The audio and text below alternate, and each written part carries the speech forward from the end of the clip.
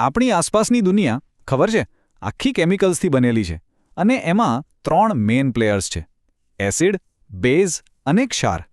લીંબુનો જે ખાટો સ્વાદ આવે છે ને ત્યાંથી લઈને સાબુ જે હાથમાં ચીકણો લાગે છે, બસ આ બધું જ તો કેમિસ્ટ્રી છે. તો ચાલો આ મજેદાર દુનિયામાં એક ડૂબકી મારીએ અને એને એકદમ સરળતાથી સમજીએ. પણ એક મિનિટ, વિચારો કે 2 ગ્લાસ છે, બંનેમાં એકદમ એક સરખું દેખાતું પાણી જેવું લિક્વિડ છે. એકમાં છે પીવાનું પાણી અને બીજામાં ખતરનાક એસિડ. તો કોઈ કેવી રીતે ઓળખશે? દેખાવ પરથી તો જરાય અંદાજો ન લગાવાય. તો આનો ઉપાય શું? સારું છે કે કેમિસ્ટ લોકો પાસે સદીઓથી આનો એક સિમ્પલ ઉપાય છે. કોઈ મોટા મશીનની જરૂર નથી, બસ રંગનો થોડો જાદુ. આ છે લિટમસ ટેસ્ટ, જે એક જ સેકન્ડમાં કહી દે છે કે કોણ શું છે. તો આ રંગ બદલવાની ગેમ પાછળનું સાયન્સ શું છે?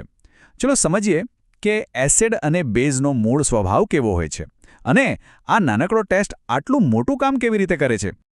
આનો નિયમ તો જુઓ, એકદમ સહેલો છે. એસિડને જાણે ભૂરો રંગ ગમતો જ નથી, એ ભૂરા લિટમસને તરત જ લાલ કરી દે છે. અને બેઝ એ થોડું શાંત છે, એ લાલ રંગને પ્રેમથી ભૂરામાં બદલી નાખે છે. બસ આટલું જ. એસિડ એટલે ભૂરું લાલ થાય અને બેઝ એટલે લાલ ભૂરું. સિમ્પલ. ઓકે, તો હવે આપણે એસિડ અને બેઝને ઓળખી તો શકીએ છીએ, પણ શું બધા એસિડ એક સરખા પાવરફુલ હોય છે? ના, જરાય નહીં. એમની તાકાત માપવા માટે એક ખાસ સ્કેલની જરૂર પડે છે અને એ જ છે પીએચ સ્કેલ. આને તમે કેમિસ્ટ્રીનું પાવર મીટર સમજી લો. એની રેન્જ છે 0 થી 14. બરાબર વચ્ચે 7 નંબર પર બધું ન્યુટ્રલ હોય છે, જેમ કે આપણું શુદ્ધ પાણી. હવે જો 7 થી નીચે જઈએ તો એસિડની દુનિયા શરૂ થાય અને 7 થી ઉપર જઈએ તો બેઝની. હવે આ એસિડની દુનિયામાં પણ 2 ટાઈપના કેરેક્ટર છે. જેમનો પીએચ 0 થી 3 ની વચ્ચે હોય એ છે સ્ટ્રોંગ એસિડ, એકદમ પાવરફુલ અને રિએક્ટિવ. અને જેનો પીએચ 4 થી 6 ની વચ્ચે હોય એ છે વીક એસિડ, એટલે કે નિર્બળ, જે થોડા શાંત સ્વભાવના હોય છે. સારું, ઓળખ થઈ ગઈ, તાકાત પણ મપાઈ ગઈ. હવે આવે છે અસલી મજા. શું થાય જ્યારે આ કેમિકલ્સ બીજા પદાર્થોના કોન્ટેક્ટમાં આવે? ચાલો હવે કેમિસ્ટ્રીને એક્શનમાં જોઈએ. અહીં જુઓ, શું થઈ રહ્યું છે? જેવું જ ઝિંક જેવી ધાતુને એસિડમાં નાખી તરત જ પરપોટા નીકળવા લાગ્યા. આ કોઈ જાદુ નથી, આ તો હાઇડ્રોજન ગેસ છે જે આ રિએક્શનમાંથી બહાર આવી રહ્યો છે. અને આ છે એ આખા રિએક્શનની સ્ક્રિપ્ટ કેમિકલ ભાષામાં. Zn એટલે કે ઝિંક અને HCl એટલે કે હાઇડ્રોક્લોરિક એસિડ. જ્યારે એ બંને ભેગા થાય છે ત્યારે બને છે ક્ષાર અને પેલો પરપોટાવાળો હાઇડ્રોજન ગેસ. હવે સીન બદલાય છે. આ વખતે એસિડ ટકરાય છે મેટલ કાર્બોનેટ સાથે.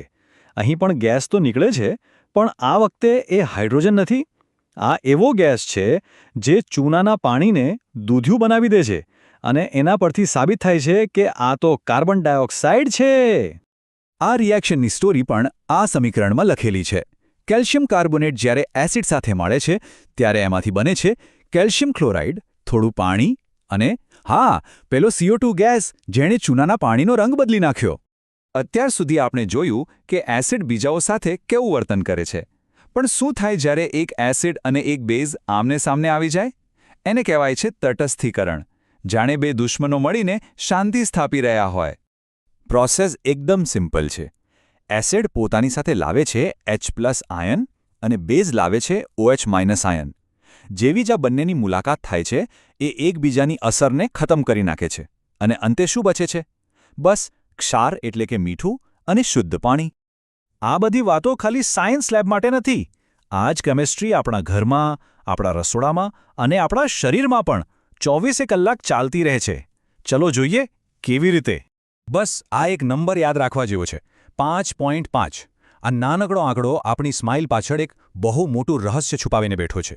જ્યારે પણ આપણે કંઈક ખાઈએ છીએ, ખાસ કરીને ગળી વસ્તુઓ, ત્યારે મોઢામાં એસિડ બને છે. હવે જો મોઢાનું પીએચ લેવલ 5.5 થી નીચે જતું રહે તો સમજી લો કે દાંતના દુશ્મન એટલે કે સડાએ પોતાનું કામ શરૂ કરી દીધું છે. આટલું જરૂરી છે પીએચનું બેલેન્સ જાળવવું. અને પેલું તટસ્થીકરણની પ્રક્રિયામાં બનેલું ક્ષાર, જેને આપણે સામાન્ય મીઠું કહીએ છીએ, એ ખાલી જમવામાં સ્વાદ માટે જ નથી, એ તો એક માસ્ટર ઇન્ગ્રીડિયન્ટ છે. એમાંથી જ વોશિંગ સોડા, ખાવાનો સોડા અને બ્લીચિંગ પાવડર જેવા કેટલાય કામના કમ્પાઉન્ડ્સ બને છે. તો ચાલો, આટલું બધું જે સમજ્યા છે એને જરા ટેસ્ટ કરી લઈએ. એક નાનકડા સવાલથી આખી વાતને બરાબર પાક્કી કરી લઈએ. શું કહો છો?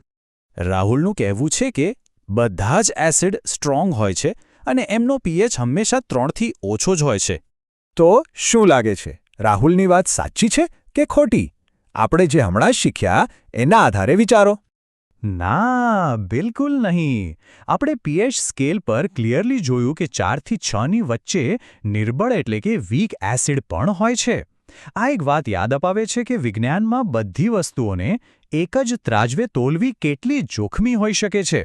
અને આ જ વિચાર પરથી એક સવાલ મનમાં આવે છે, આપણી આસપાસ એવી બીજી કેટલી સામાન્ય દેખાતી વસ્તુઓ હશે જેમાં આવી જ છુપાયેલી વિવિધતા અને શક્તિ હશે?